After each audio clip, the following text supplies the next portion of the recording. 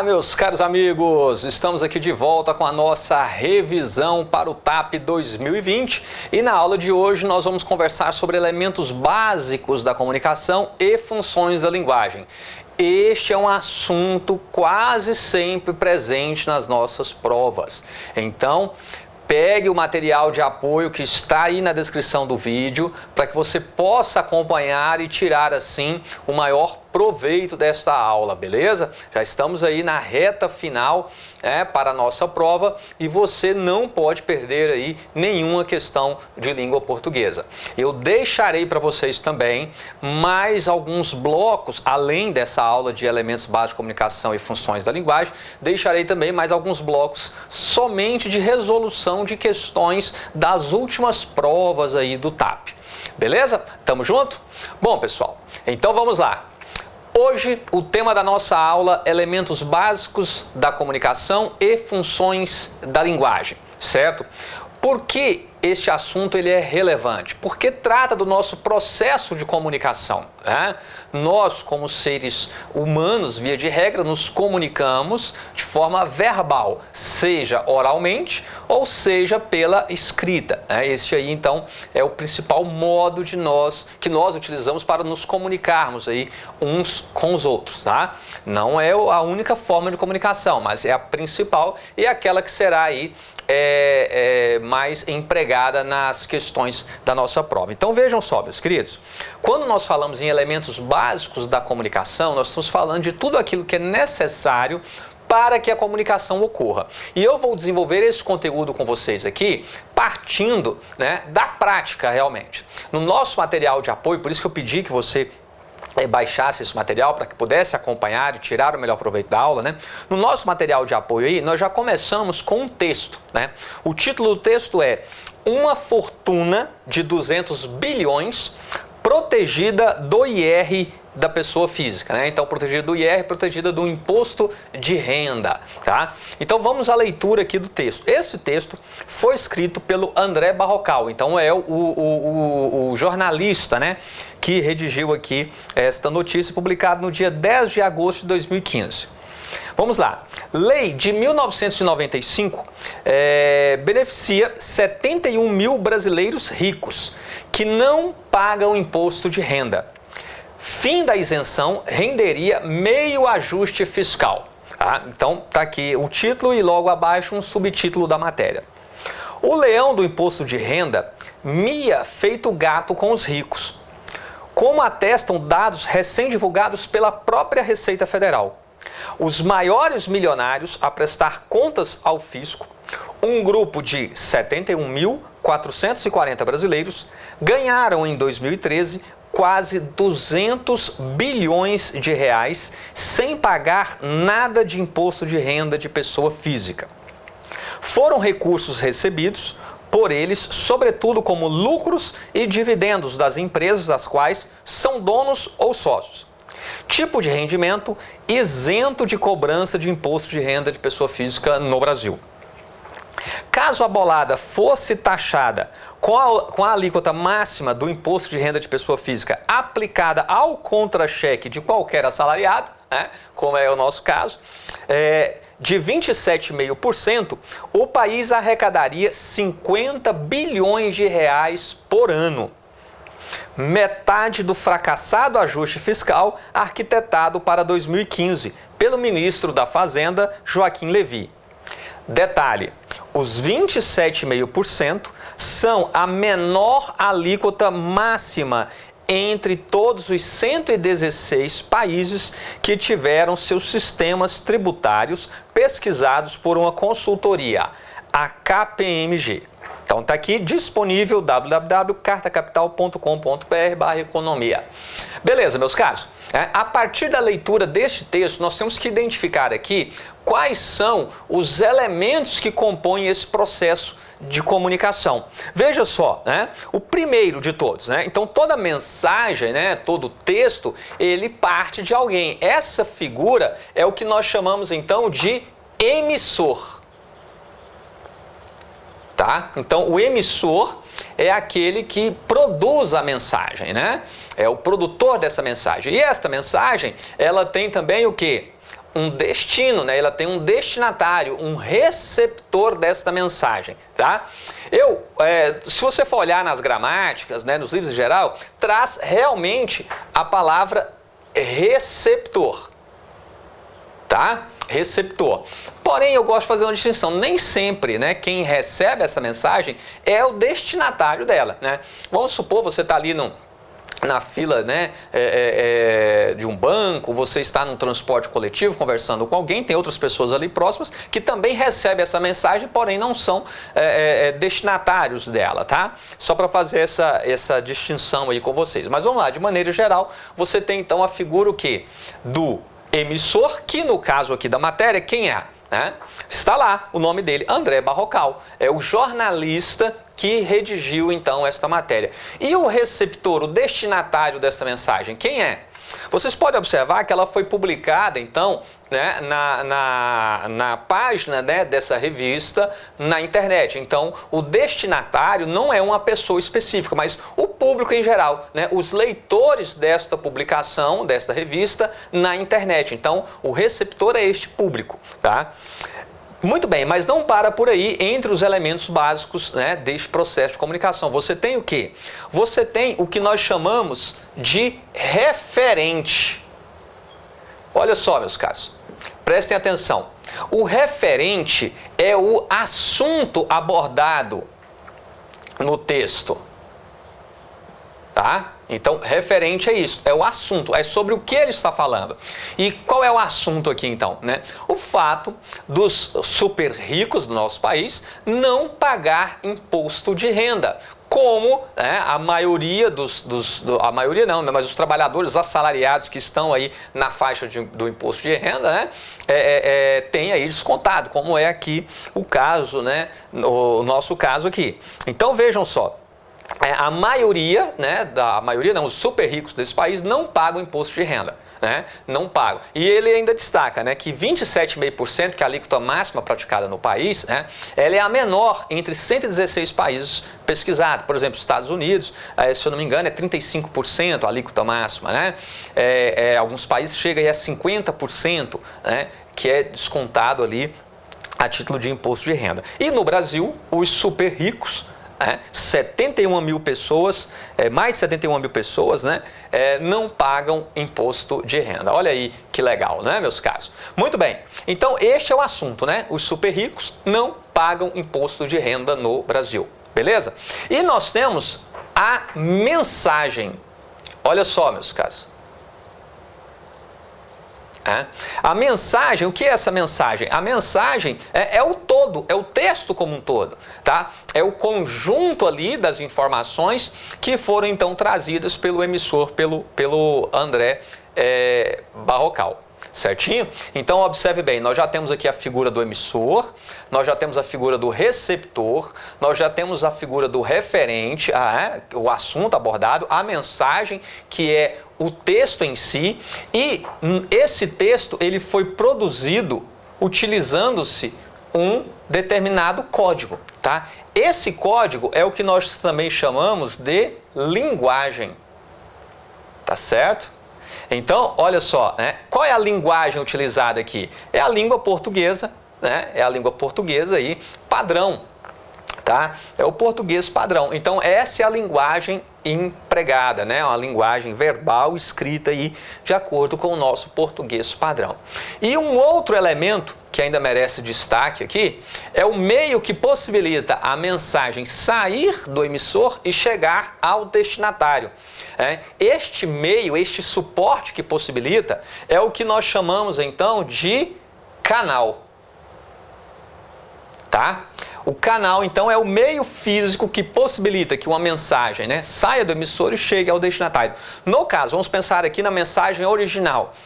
Na mensagem original, produzida pelo André Barrocal e publicada no site da revista. Então, o canal é o quê, né? É toda essa infraestrutura da internet que possibilita, então, essa mensagem sair lá, né, do André Barrocal e chegar ao leitor ali na tela do computador, na tela do celular, né, do smartphone, do tablet, seja qual o recurso tecnológico. No meu caso aqui, neste presente momento aqui, eu tenho como suporte o quê? Uma folha de A4, já que eu selecionei esse texto, o imprimi, e então eu tenho aqui como suporte, como canal para fazer essa leitura para vocês, a folha impressa com ele, certo? Então o canal é isso, é o meio físico que possibilita. Tem um detalhe interessante quando nós estamos, por exemplo, nos comunicando, né? Qual é o meio físico que possibilita que a minha voz, né, chegue aos seus ouvidos e você então se delicie com ela? Bom, vamos lá, olha só. Este canal, este meio físico é o ar. Por quê? O som ele se propaga em ondas pelo ar. Supondo que estivéssemos em uma sala, né, presencialmente, né, ali presencial e tal, e eu falando para vocês, aqui ó, as minhas cordas vocais estão vibrando, produzindo um som, este som que nós chamamos de voz, e então ao passar aqui, né, pela cavidade oral forma esse som, essa voz, e ela vai se propagando em ondas pelo ar, né? Por isso que é dito aí, né, que não tem volta e a palavra dita, porque isso aí vai se propagando, né, infinitamente aí em ondas pelo ar, ainda que não possamos mais ouvir. Então aqui estão os elementos básicos que compõem o processo de comunicação. São esses elementos. Agora o que acontece? Ao produzir uma mensagem, o autor, e aqui você tem que ficar ligado nisso, preste atenção, acorda aí, olha só. O autor ele tem uma intenção. E aqui é que está a parte interessante, começa a ficar mais interessante a nossa aula. Por quê? É de acordo com essa intencionalidade que o autor tem, que ele colocará uma ênfase. Observe bem, ele colocará ênfase em determinado elemento do processo de comunicação. Como assim ênfase? Sim, ao produzir uma mensagem, eu posso produzir uma mensagem querendo falar da minha pessoa, certo? Eu posso querer produzir uma mensagem para provocá-los a fazer alguma coisa. Eu posso produzir uma mensagem com a intenção de brincar com os sentidos das palavras e assim também brincar com a percepção que as pessoas, né, jogar com a percepção que as pessoas tenham, né, do significado de determinados vocados. Então eu posso ter a intenção de convencer alguém, eu posso ter a intenção de persuadi-la a comprar determinado produto, a se comportar de determinada maneira. Eu posso ter a intenção de te obrigar a fazer alguma coisa. Então, nós temos aí diversas intenções por trás dos textos, das mensagens que nós criamos. E é esta intenção que vai determinar a função, que esta mensagem ocupa na nossa cena comunicacional. Eu até gosto de fazer isso daqui, olha só. Então, é a ênfase que determina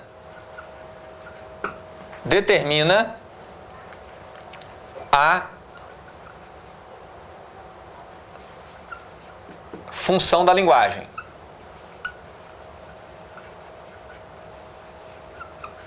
Então, preste atenção na sequência de textos que eu separei para vocês aqui nesse material, para que possamos compreender melhor, cada um destes elementos básicos do processo de comunicação e a função, então, que ele desempenha. Após aí uma breve explicação, né, sobre cada um destes elementos, observe o texto que eu tenho a seguir aí. Goiás é o estado com mais escolas militares do Brasil. A notícia aí também do dia 10/8/2015, pela Bruna Aidar. O jornal Folha de São Paulo divulgou nesta segunda-feira, 10/8, levantamento que aponta que Goiás é o estado com maior número de escolas militares no país. São, até agora, 26 instituições geridas pela Polícia Militar. O segundo colocado, Minas Gerais, tem 22 escolas, seguido pela Bahia, com 13 colégios. Rio Grande do Sul, Amazonas e Maranhão aparecem em seguida, com 7, 4 e 3, respectivamente. Muito bem, meus caros, isso aqui foi disponível, né, lá no site do Jornal Opção, né, um jornal nosso aqui, goiano. Meus caros. Então vamos lá. Em qual elemento né? Vocês acham que aqui a Bruna Aidar, né? Então a jornalista que escreveu esse texto aqui é a Bruna Aidar. Em qual desses elementos vocês identificam que ela colocou ênfase? Muito bem. Ela colocou ênfase o quê? No assunto, não é? Ela colocou a ênfase aqui, ó, no assunto. No fato de Goiás, né, ser aí o estado com o maior número de escolas militares. Ela só faz isso. Ela traz essa informação publicada por um outro jornal. Observe que ela não emite uma opinião dela sobre esse fato. Tá? Ela não faz nada além de trazer esta informação. Né? Então, quando isso acontece, você tem a ênfase no referente, no assunto. E este texto, esta mensagem, então, ela assume uma função chamada de referencial. Ou também chamada de informativa. Porque a intenção aqui é informar, tá? Trazer algo de forma objetiva. Não pode deixar dúvida para o leitor. Certinho? Por isso que vai predominar aqui palavras no sentido denotativo. Anote isso de sentido denotativo, sentido real, sentido dicionarizado. Beleza? Não pode trazer dúvida, não pode trazer ambiguidade.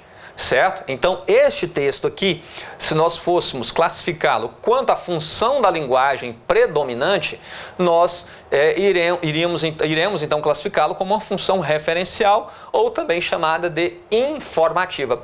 Percebeu?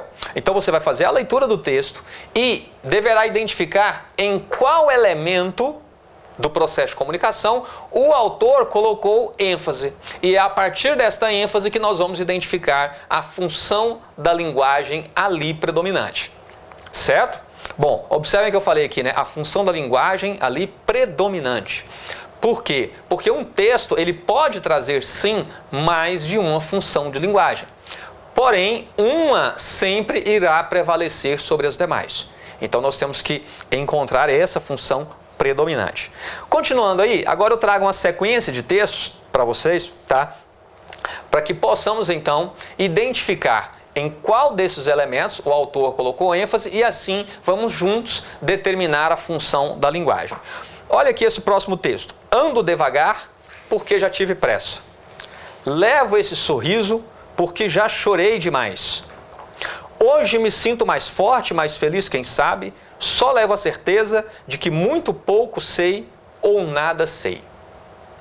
Meus caros, os autores aí, né, Almir Sater e Renato Teixeira, tá? Observem bem, em qual elemento eles colocaram ênfase.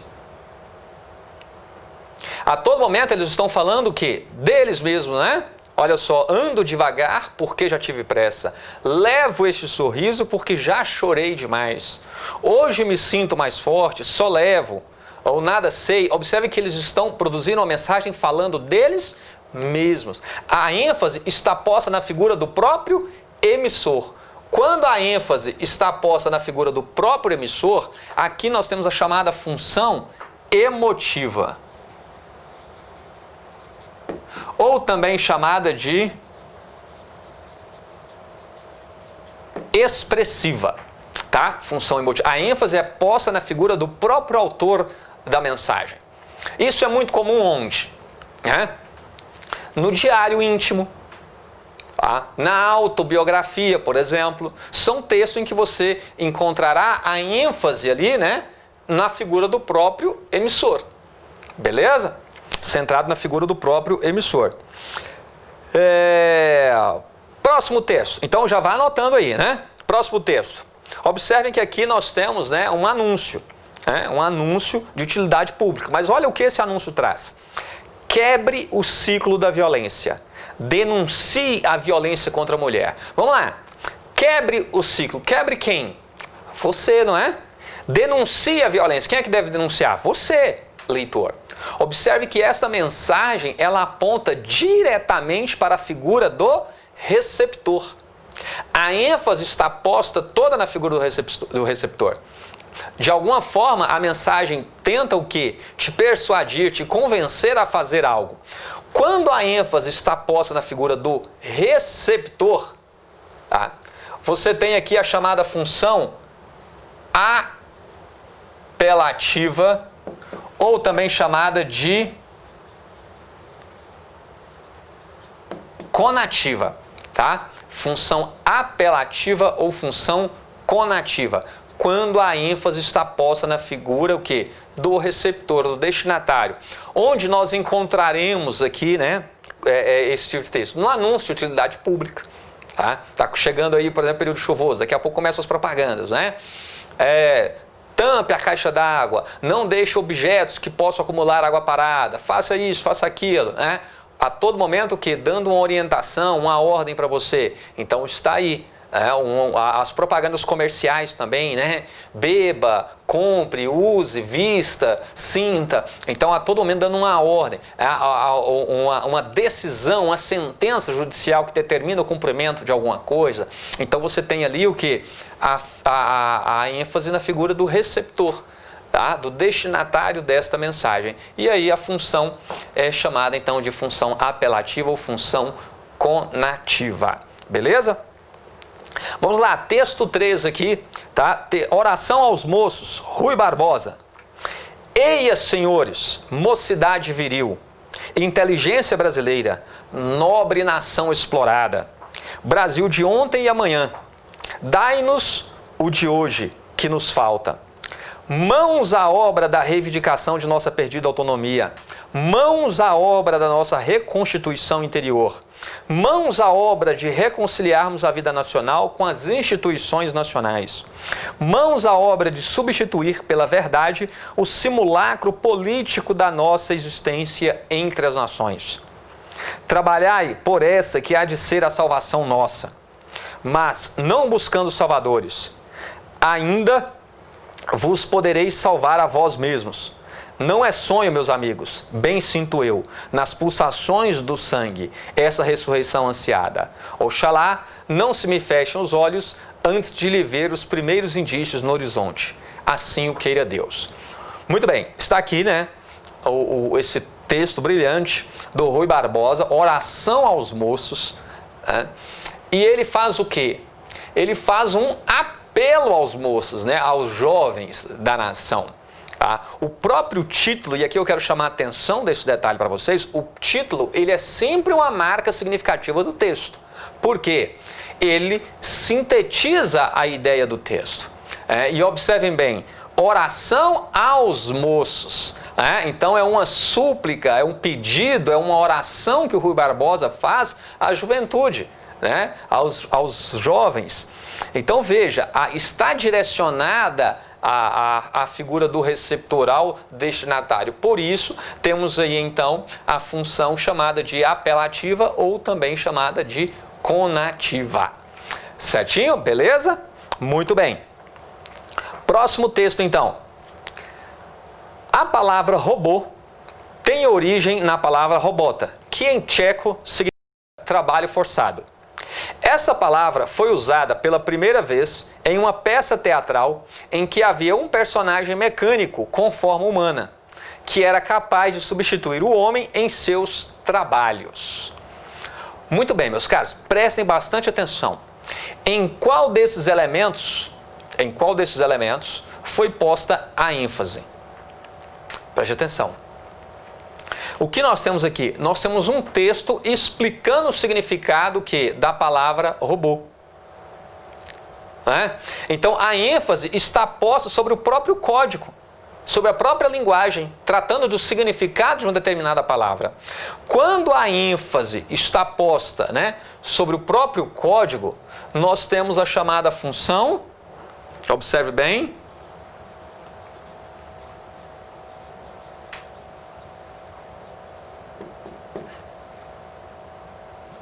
metalinguística, tá? Nós temos a função metalinguística, é quando o próprio código é posto em evidência, tá? Vamos trazer para um outro exemplo aqui, vocês são da minha época aí, mais ou menos, vão saber, né? A televisão brasileira, uma emissora, tinha um programa em que o assunto era abordar o quê? O próprio processo de produção da televisão brasileira, né? Aquele programa, o Video Show. O assunto ali era o próprio processo de produção da televisão. Aquilo ali é metalinguagem. Quando um código linguístico ele é utilizado para falar de si mesmo.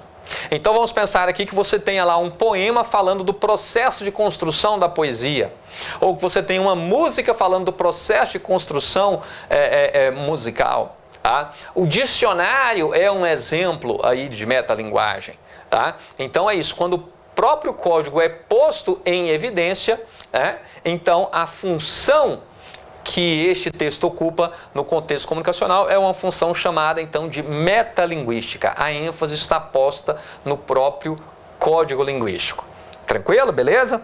Continuando aí, esse poema belíssimo aí de um parente já distante, João Cabral de Melo Neto, pernambucano, Tecendo Amanhã. Tá? Um galo sozinho não tece amanhã. Ele precisará sempre de outros galos. De um que apanhe esse grito que ele e o lance a outro. De outro galo que apanhe o grito que um galo antes e o lance a outro. E de outros galos que com muitos outros galos se cruzam os fios de sol de seus gritos de galo, para que amanhã, desde uma tela tênue, se vá tecendo entre todos os galos. Meus caros, preste atenção, que coisa maravilhosa o João Cabral criou aqui. O que ele está falando? Ele está falando que um galo, ao cantar, ele lança um fio de sol para outro galo.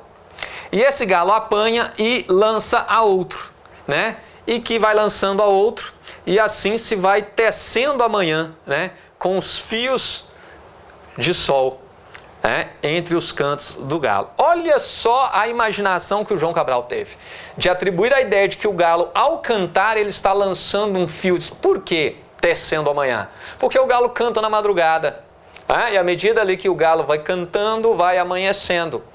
Então percebam que ele conseguiu atribuir um sentido completamente novo para esse fato. E ele utiliza então as palavras com esse propósito, de mexer ali com o significado, com o sentido das coisas.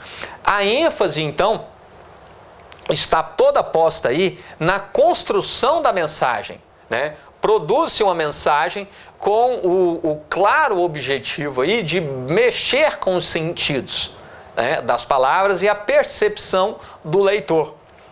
Muito bem, meus caros. Quando a ênfase é posta na própria mensagem, você tem a chamada função poética.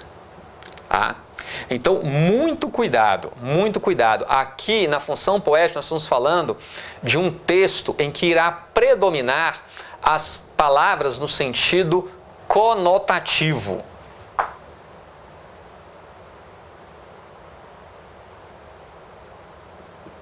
Tá? O que é o sentido conotativo? É o sentido figurado que as palavras podem assumir. E é isso.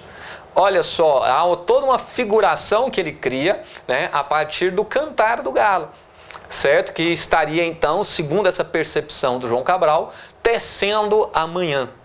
Quando o autor ele brinca com esse jogo, ele faz esse jogo aí semântico, então você tem a chamada função poética. A ênfase está posta na mensagem. Há toda uma preocupação, um rigor na construção dessa mensagem, com o propósito de, para muito além de informar, sensibilizar o leitor.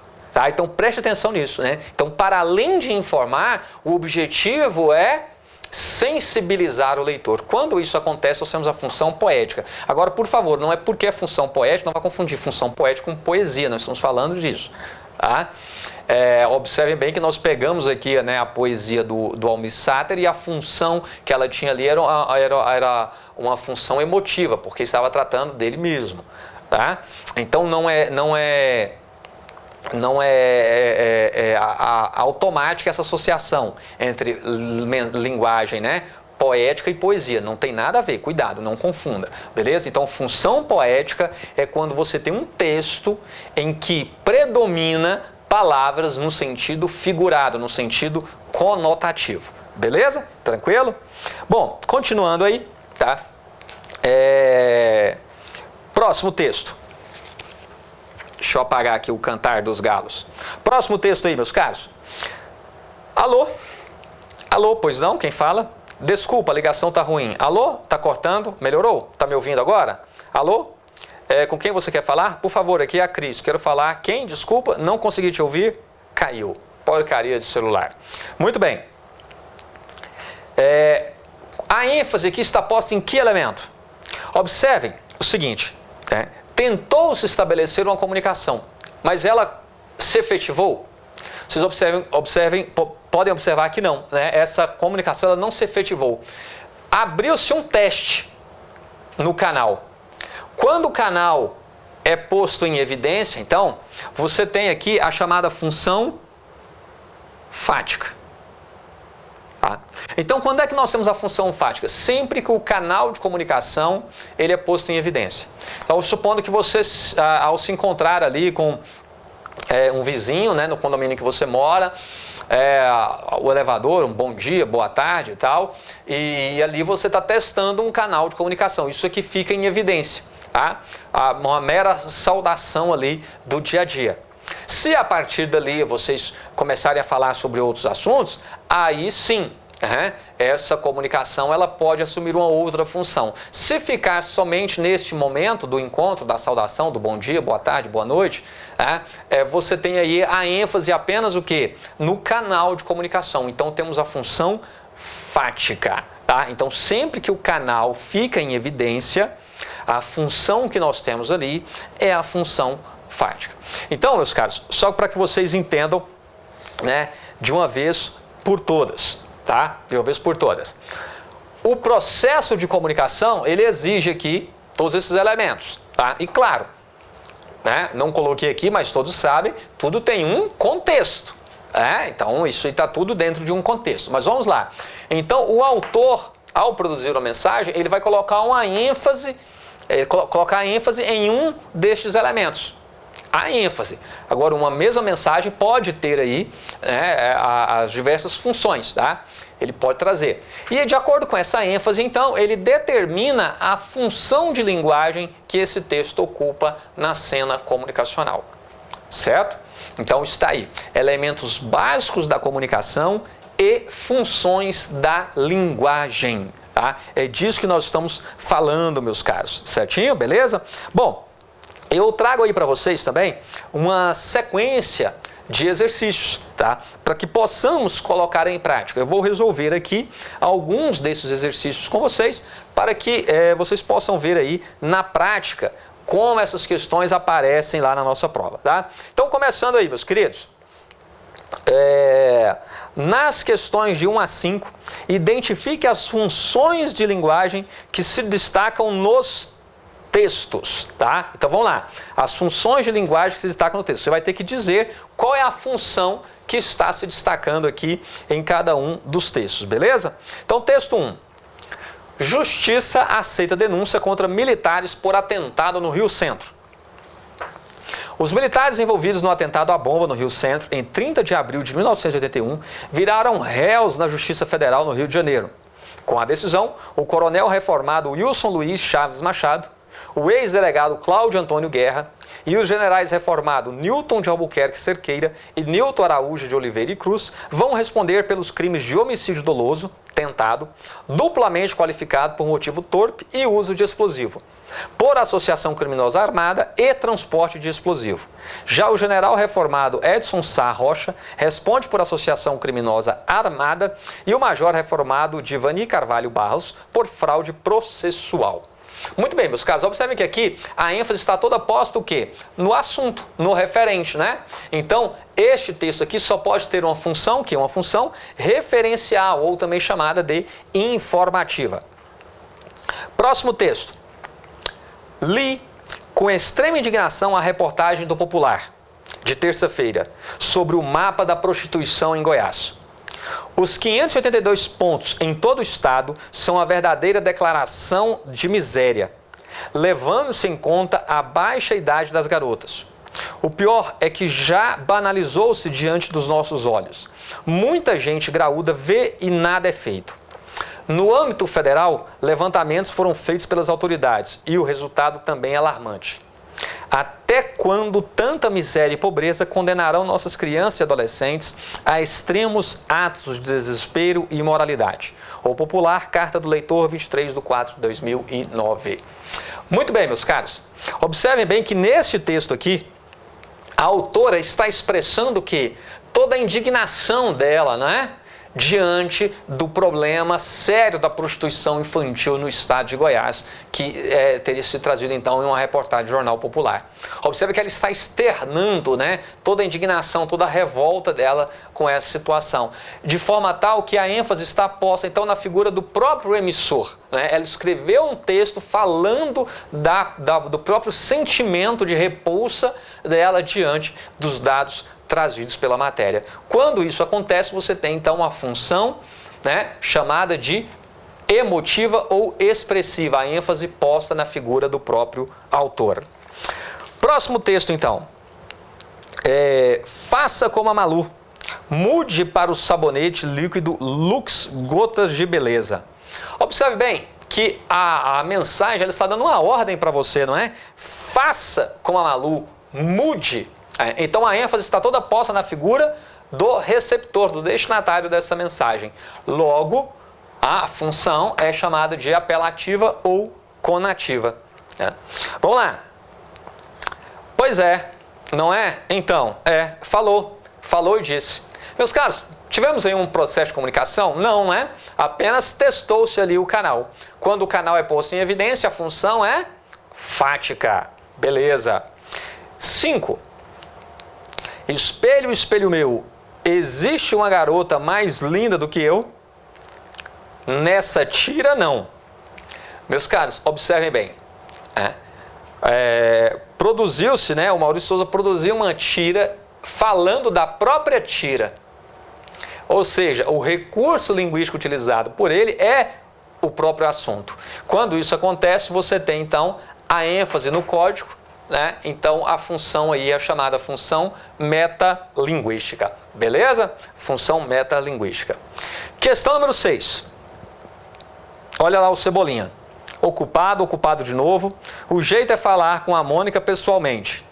E ele chega então e a Mônica está ao telefone e blá blá blá blá blá blá.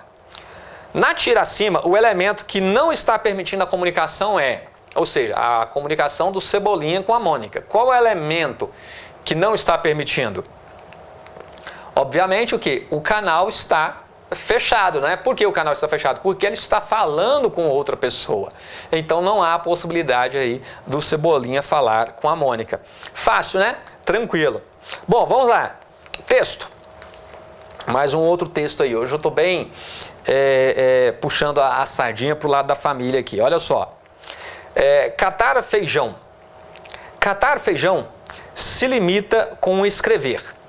Jogam-se os grãos na água do alguidar e as palavras na folha de papel. E depois joga-se fora o que boiar. Certo, toda palavra boiará no papel. Água congelada, por chumbo seu verbo.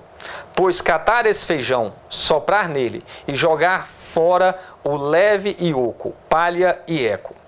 Muito bem. Observe que aqui o João Cabral está fazendo, né, uma comparação entre catar feijão e escrever. Observe aí a comparação que ele faz do catar feijão com o processo de produção da escrita. Próximo texto. Nova poética. Vou lançar a teoria do poeta sórdido. Poeta sórdido, aquele em cuja poesia há a marca suja da vida. Vai um sujeito, sai um sujeito de casa com a roupa de brim branco, muito bem engomada, e na primeira esquina passa um caminhão. Salpica-lhe o paletó ou a calça de uma nódoa de lama. É a vida. O poema deve ser como a nódoa no brim, fazer o leitor satisfeito de se dar o desespero. Está aí o poema do Manuel Bandeira, tá? Vamos lá. As funções de linguagem predominantes no texto acima são, tá? Observe bem. Ele está perguntando das funções de linguagem predominantes no texto. Então, ele quer que você destaque aí a função em cada um delas. Nós temos o primeiro, o jogo semântico. Quando você tem o jogo semântico, a ênfase posta aí na figura, na própria mensagem, então você tem a chamada função poética. Ele brinca com os sentidos da palavra, E na segunda, ela fala o quê? Do próprio processo também de construção da poesia. Então é a função o quê? Metalinguística. Falando do próprio poema, do que ele deve causar ali no seu leitor. Então, só pode ser aqui a letra A, função poética e função metalinguística, beleza? Questão número 8. Questão número 8. As funções de linguagem predominantes no texto acima se justificam pelos seguintes fatores, tá? Então, vamos lá. O que justifica essa criação aí por parte dos autores, Você tem, por um lado, a criatividade muito grande, comparando ali o processo de escrita com o processo de catar feijão. Então você tem aí uma criatividade, e é isso que vai caracterizar então a ênfase na mensagem quando você tem um texto com a função poética. E a criatividade é você conseguir atribuir sentidos que não estariam ali naturalmente. Tá? E o outro o quê? É falar do próprio processo de construção. Quando a ênfase está no próprio processo de construção, na própria linguagem, você tem então metalinguística. Então observe que se você errasse a questão anterior, fatalmente você erraria essa, Então é a criatividade linguística e a metadiscursividade, Já que as funções que predominam é justamente a função poética e metalinguística. 9. Marque a opção que encerra uma frase cujos principais focos da argumentação sejam, a um só tempo, o emissor e a mensagem. Então ele quer aí, Ele quer aí os principais focos da argumentação sejam o emissor, tá? Então tem a função emotiva e a mensagem, uma função, então, poética, beleza? Então vamos ficar atento aqui. Volta, vem viver outra vez ao meu lado. Bom, aqui está falando dele, Mas ele está dando uma ordem para alguém, tá? Volta para viver ao meu lado, mas ele está dando essa ordem para alguém. Então a ênfase, na verdade, está posta na figura do receptor, tá? Ele está falando, volta, vem viver ao meu lado. Então não pode ser, a ênfase está toda na figura do receptor. Letra B. Da primeira vez que me assassinaram, perdi um jeito de sorrir que eu tinha. Opa, da primeira vez que me assassinaram, poderia alguém ser assassinado e depois ser assassinado novamente?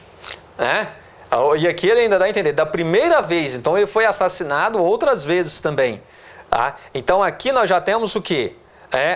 Tanto ele está falando dele, da primeira vez que eu fui assassinado, que me assassinaram, então está falando dele. E nós temos aí também a mensagem, o que? Um sentido figurado. Perdi um jeito de sorrir que eu tinha.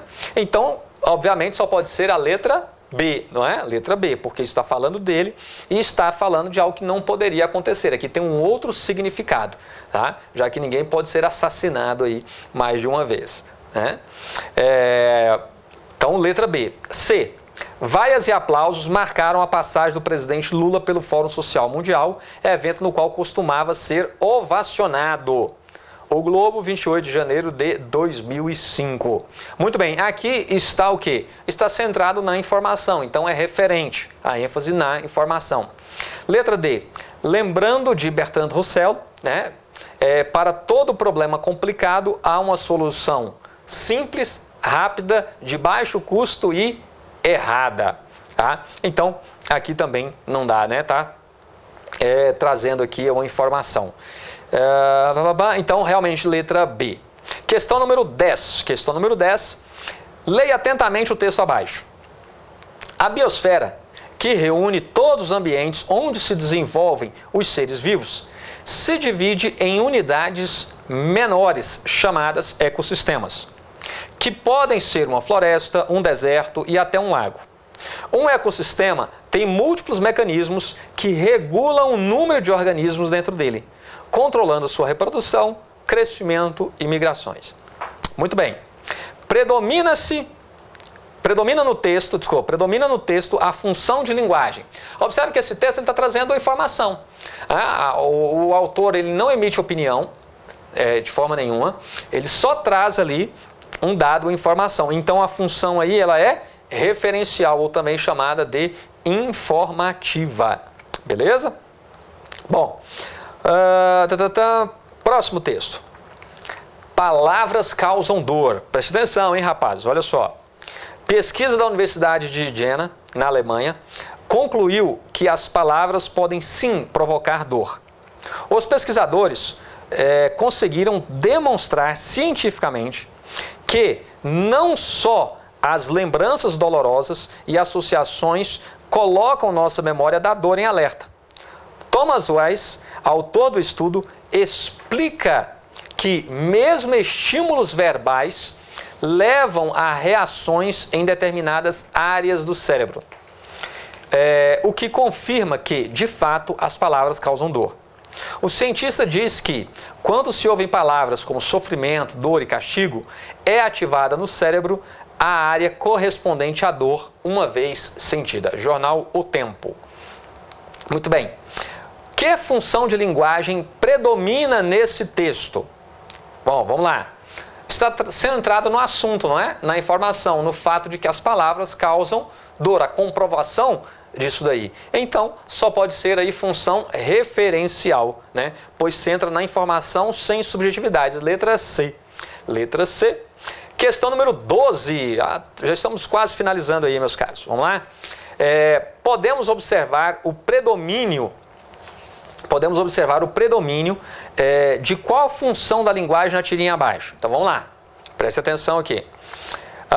Mas que puxa, eu nunca recebo cartões de Dia dos Namorados.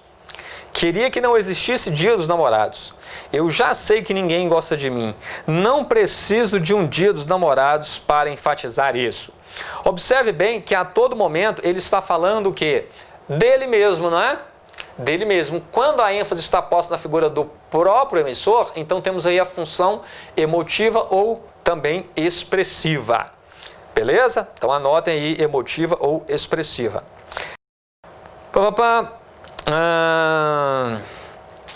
Leia a charge. Tem um paulista ensulhambando os nordestinos pelo Twitter. Eu não troco o meu oxente pelo ok de ninguém. Vamos lá. A linguagem do texto não revela. Quer saber o que não revela? Letra A. O uso de expressões linguísticas e vocabulários próprios de determinada região. Isso revela, tá? O uso de expressões linguísticas utilizadas no registro mais formal da língua. Não, é informal, então não revela isso. Aqui nós temos, então, a informalidade. Então já achamos o gabarito aqui, letra B. Só para comentar os demais, a letra C fala de caráter coloquial. Então a fala coloquial é essa fala do dia a dia, com a qual nós não nos preocupamos muito com as regras de concordância, seja dos verbos, sejam dos nomes. Então aí nós temos o falar coloquial, certo? A letra D fala o uso de um vocabulário adequado para situações comunicativas informais. Não, isso tem. E a existência de diferentes variedades linguísticas associadas a diferentes realidades e tal, né? Não, isso, beleza. Então, letra B, o uso de expressões linguísticas utilizadas no registro mais formal da língua. Não, a língua culta, então não, tá? Letra B. Texto, física molhada. Por que o cabelo molhado escurece se a água é incolor? E aí? Por que o cabelo molhado escurece? Não só o cabelo, mas qualquer objeto colorido fica mais escuro quando molhado. Rafael Guido, do Instituto de Física da USP de São Carlos, explica. A luz branca é composta pelas 7 cores do arco-íris. Quando um objeto azul, por exemplo, é exposto à luz, ele absorve todas as cores e só reflete o azul. Se ele for molhado, a água absorve mais luz do que o objeto absorveria sozinho. E quanto mais a luz é absorvida, menos ela chega aos olhos. Logo, fica mais escuro. Fico com os olhos irritados desculpe, ficou com os olhos irritados por causa da calça laranja do seu amigo colorido? Jogue água. Então vamos lá. Vício da preguiça. Por que bocejamos quando vemos alguém bocejar? Porque o cérebro tem uma área chamada córtex pré-motor, onde há um mecanismo, Maria vai com as outras, os neurônios espelham. Só não imitamos tudo porque há áreas específicas que bloqueiam isso. Mas no caso do bocejo, outras regiões são acionadas. A amígdala, que produz emoções primitivas como o medo, e o hipotálamo, que comanda funções básicas. E elas são controladas totalmente pela área racional do cérebro. Se o hipotálamo é ativado, não dá para segurar, o bocejo sai, diz Susana Herculano Rosels, neurocientista da Universidade Federal do Rio de Janeiro. Nem é preciso ver alguém, basta a menção à palavra bocejo. E aí, deu vontade? Muito bem. Nos textos 1 e 2, predomina a função. Então vamos lá. Qual é a função que está predominando aí? Função fática? Não, né? A fática é onde está a ênfase aí no canal. Função poética. Função poética é aquela em que predomina palavras no sentido figurado, não é o que nós temos aí. Função referencial, porque é centrada no contexto e trata de maneira objetiva a realidade. Então, gabarito aí, letra C. Tá? Os autores do texto, dos textos utilizados buscam estabelecer interlocução com os leitores por meio do seguinte recurso linguístico. Então, vamos lá. Aqui o enunciado está afirmando que os autores buscaram estabelecer uma interlocução, ou seja, de alguma forma ali dialogar, fazer com que o leitor dialogasse com o texto. E ele quer saber qual é o recurso. Letra A. As perguntas presentes no final de cada texto? Não, não é? Sim ou não? Sim, é as perguntas, olha só, deu vontade? Ou ainda,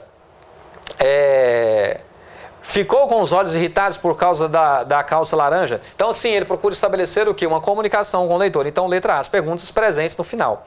A letra B diz da utilização de algumas frases, entre aspas, não.